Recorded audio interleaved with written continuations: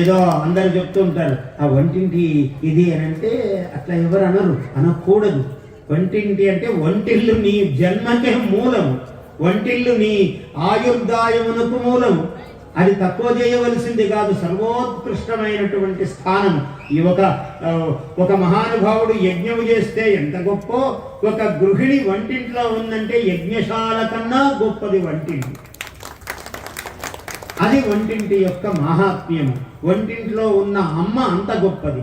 అమ్మ నీకు ఆయుర్దాయమును, ప్రాణమును. అందుకే కదా ఏమన్నాడు, శంకర ప్రాణవల్లభే అన్నారు అమ్మవారిని, అన్నపూర్ణాదేవిని. శంకరుని యొక్క ప్రాణములకు ఆమె వల్లభ అంటే అధిపతి అట. ఆమె ఆధిపత్యంలోనే శంకరుని ప్రాణాలు ఉన్నాయి. ఆడవాళ్ళందరూ అటువంటి వాళ్లే, అందరూ తల్లులు. ఇక్కడ బొట్టెందుకు, ఇదొక ప్రాణస్థానం, ఇదొక ప్రాణస్థానం, ఇది నాడి ప్రాణస్థానం, ఇది కూడా ప్రాణస్థానము. మట్టెలు ఇవన్నీ కూడా 5 ప్రాణస్థానాలు, ఇది కూడా ప్రాణస్థానము. మాంగళ్యం. ఈ 5 ప్రాణములు 5 మంత్రముల చేత పెట్టబడతాయి వివాహ సమయంలో. అందుకని ప్రాణవల్లభే. ప్రతి భార్య ఆ భర్తకు, ఆ భర్త ప్రాణములకు ఆమె అధిపతి, ఆమె చేతిలో ఉన్నాయి. నా మాంగళ్యము, నా సౌభాగ్యము అంటుంది. అంటే ఆమె సౌభాగ్యమే నువ్వు వేరే లేవు. ఆమె సౌభాగ్యంలోనే నువ్వు ఉన్నావు. ఆమె బాగుంటేనే నువ్వు ఉన్నావు. ఆమె కంట తడిపెడితే నువ్వు లేవు. ఆమె ఎంత ఆనంద స్వరూపిణిగా ఉంటే నీవంత ఐశ్వర్యవంతంగా ఉన్నావు. ఇది రహస్యం. ఇది అన్నపూర్ణాదేవి యొక్క మహిమ. ఇవాళ మనం మాట్లాడుకున్నాం.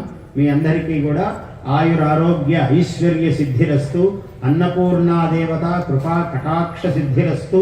ఈ దేవాలయమును ఇక్కడంతా పరిపాలన అని అనకూడదు, సేవ అనే అనాలి. ఎందుకంటే ఎవరు పరిపాలిస్తాం? దేవతలను మనమా పరిపాలించేది. కాబట్టి పాలక వర్గము అంటుంటారు ఏదో అట్లా, కానీ పాలకమని కాదు, సేవా మండలి అనాలి దాన్ని.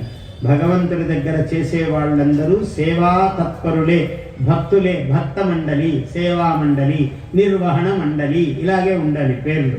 పాలక అనే శబ్దము రాకూడదు, అపశబ్దం అవుతుంది. భగవంతుడి విషయంలో అది దోషం అవుతుంది. Please subscribe to our YouTube channel. Like and share this video.